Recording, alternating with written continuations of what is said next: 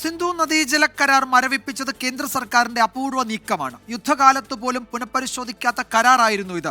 പഹൽഗാം കൂട്ടക്കൊലയ്ക്ക് പിന്നാലെ ഇന്ത്യ കടുത്ത നീക്കം നടത്തുമ്പോൾ പാകിസ്ഥാന് ദൂരവ്യാപക പ്രത്യാഘാതമുണ്ടാകും.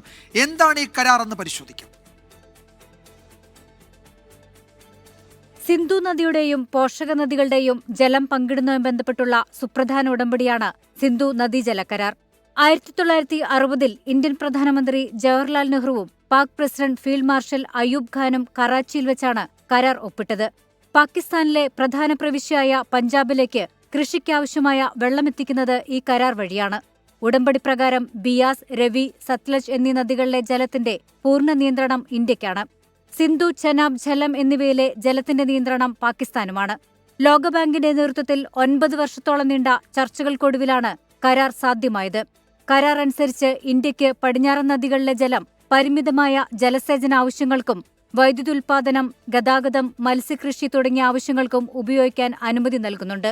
2001-ലെ പാർലമെന്റ് ആക്രമണം, 2019-ലെ പുൽവാമ ആക്രമണം, കാർഗിൽ യുദ്ധം എന്നിവ ഉണ്ടായപ്പോൾ പോലും ഇന്ത്യ കരാറിൽ നിന്ന് പിന്മാറിയിരുന്നില്ല.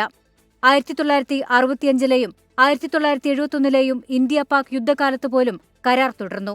പാകിസ്ഥാന്റെ കിഴക്കൻ മേഖലയെ പൂർണ്ണമായും വരൾച്ചയിലേക്ക് തള്ളിവിടുന്ന തീരുമാനമാണിത്.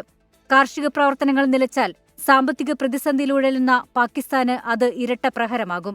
പാകിസ്ഥാന്റെ വൈദ്യുതി മേഖലയ്ക്കും ഈ നീക്കം തിരിച്ചടിയാകും.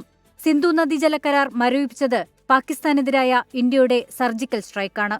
News desk 24.